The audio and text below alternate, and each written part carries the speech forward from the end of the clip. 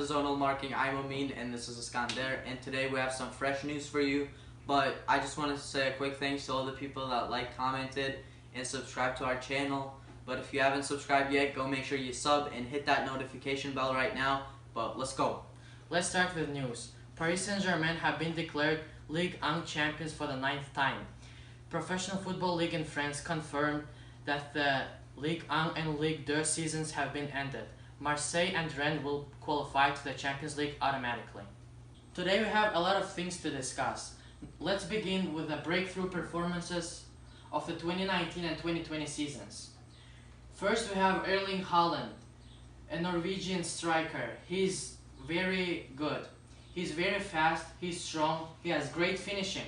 He scored, as you can see, 53 goals. Can you imagine 53? And the season is not even over yet.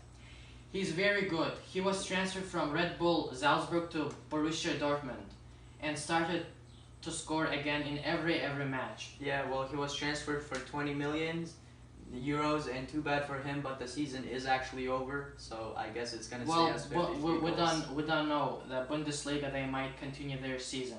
It's only Eredivisie and Ligue 1 that announced that it's cancelled. So with Ligue 1 following after Eredivisie, I think other divisions will also follow after them. But I mean, particularly Bundesliga announced that they plan to start in May 9th, so we will see.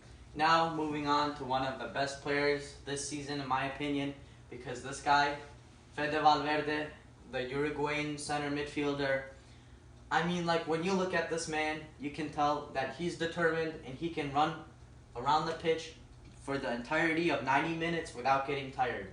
This guy, it's been 2 years after he came back from loan, and he's already a crucial part in Zidane's Real Madrid team with 45 appearances, which makes him a first-team player at such a young age, and he scored 1 goal and gave 4 assists this season. But that's great considering his defensive duties, such as when Carvajal decides to go up and start attacking. For example, in the Barcelona game, Fede Valverde, what he has to do is drop down from center midfield, go to right back, and cover for Carvajal until he gets the time to come back and start doing his job again, which just shows that he's already so reliable at such a young age. Yeah, he's a hard worker. He's everywhere, and this pass success percentage shows that he's a very good passer. Yeah, so, and he can take the ball, run with it, carry it down the field, and then he has the eye to find good passes. He has a good vision. Yes, he finds the right time and the right place to pass the ball. Yeah, this is a big player, a crucial part of Zidane's Real Madrid right now. And just imagine how big he will be in the future. Yeah. Moving on, we have Çağlar Söyüncü from Turkey. He's a center back for Leicester. He's very strong, quick. He's good in the air. He's very composed and reliable. He is a big part of Leicester's defense. And Leicester, for when it comes to conceding goals this season, they're in 3rd place right now behind Liverpool and Sheffield United. And Sheffield United are playing superb defensive football this season. Yeah, and their goalkeeper, Dean Henderson, is also a breakthrough star. Yeah, we would consider him another breakthrough player in this season. In fact, I was considering replacing Söyüncü with Dean Henderson, but my brother insisted on it. Yeah, I love too much Söyüncü. I'm a big fan of him, and he's very good in blocking the balls. He's just amazing, so that's what I think. Yep, and now we can move on from him to Alphonso Davies, the Canadian left back, who's also really young, and he's actually TikTok famous right now, but less about that and more about his football. He is a superb, fast, young left back who, Bayern Munich, they're so smart. It was such a smart transfer move to sign him. Yeah.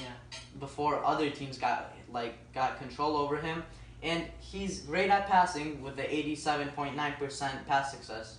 And he's got man of the match. His dribbles per game are 3.3, which is really good for a defender.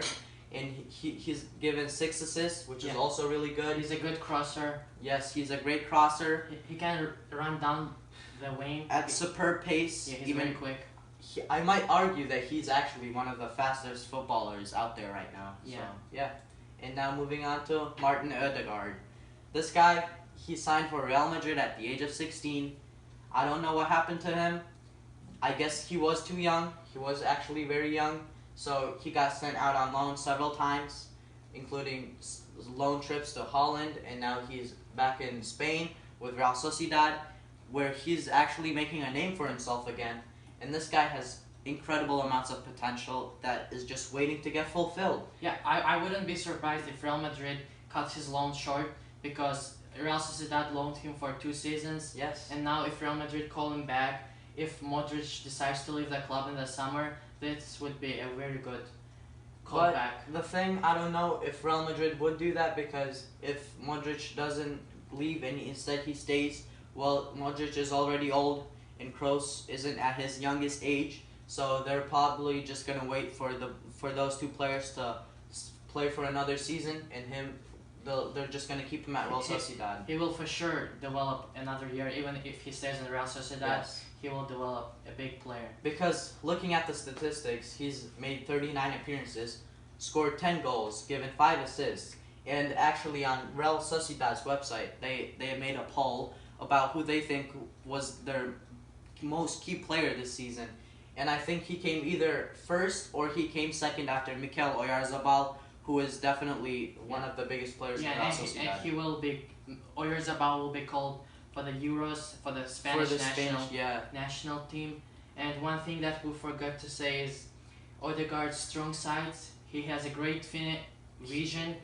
He sends good through balls. He's a great playmaker, yeah. Yeah, he's a very good playmaker. And looking back from his younger ages, he's still got that dribbling. With a 2.4 dribbles per game, he's really technical with the ball, and he can also take long shots. Yeah, I mean, even Neymar has 4 point something, yeah. So which is not a big difference with Neymar. And we know Neymar likes to dribble a lot. Yeah, and Neymar is all about being possessive and dribbling just for fun.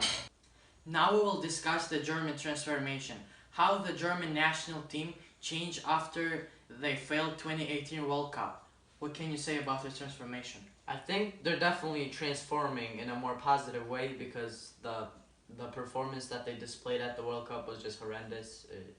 It was not up to the level that a World Cup winning team should be performing. Yeah, they scored only 2 goals in the group stage. Yeah. And I'm sure this transformation will not take a lot of time, because all the players are top class players. They know the coach for a while, and they play for the top class team, so they should not take a lot of time. And when we're saying transformation, it's like the German national team is already at a really high level, and it shouldn't take a long time, because all of the young players on that team are already superb world-class players. Yeah, and one of the radical decision of Joachim Löw that he made, it's that he released and said that he doesn't need his old players that he won the World Cup in 2014, like Jerome Boateng, Mats Hummels, Thomas Müller, and Klose retired even before the 2018 World Cup. Özil retired from the German national team, so I think that will be a bigger change. Yeah, and I think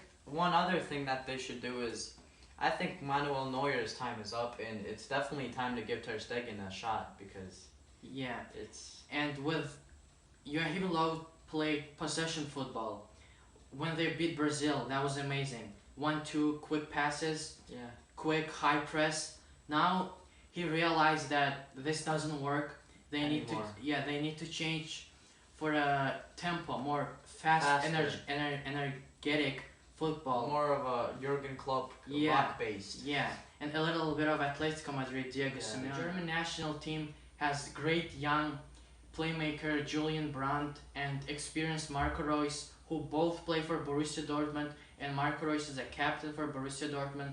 So they have very good playmakers who can build up the play for quick tempo players like Leroy Sané, Timo Werner, and Serge Gnabry. Joachim Löw didn't call up Leroy Sané to the World Cup. Yeah, that was a horrible mistake, because it's clear to see that they were missing out on him. Yeah, and like we said, Löw is changing to more fast, energetic long ball football, and we could see it in the European qualifications game against Netherlands when he used Serge Gnabry, Timo Werner, and Sané as a trio up front, which looked really good. Yeah, it was very fast.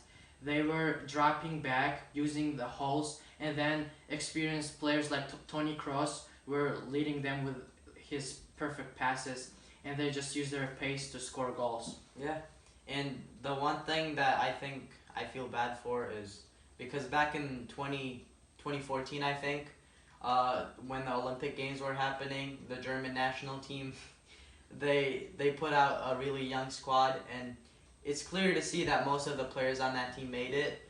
But then the key player that scored the goal in the final was Max Meyer. Yeah, I remember that. And it was such a big moment for him, after which he played a key part in the Schalke team.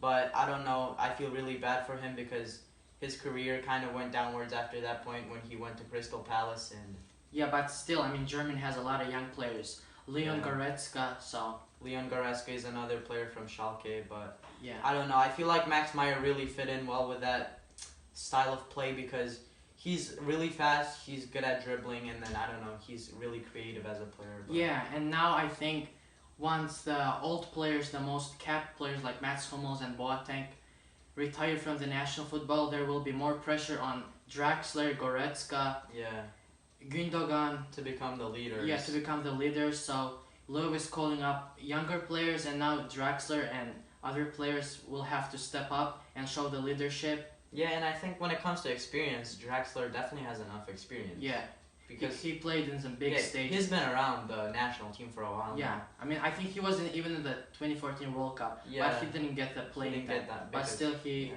was there. And one thing I can say is that Germany are changing their formation. In defense, they're playing 4-3-3, and when attacking, they're playing 3-4-3. Yeah, and Germany has two really solid young center backs right now, which is Niklas Süle and Jonathan Tah. Yeah, so we can say it's about changing the generation playing style. Yes, and just adapting to the new style of football. Yeah, and like we said, this should not take a Too lot long, of time. because all the players on there are already world-class players. Yeah. I'm very intrigued to see how the German national team will develop and change as they progress into the Euro 2021. But for today, this is it. Thank you guys for watching. Please leave a like, comment down below, and subscribe and hit that notification bell. And remember, all for football. And football for all. Have a great day. Thank you for watching. Goodbye.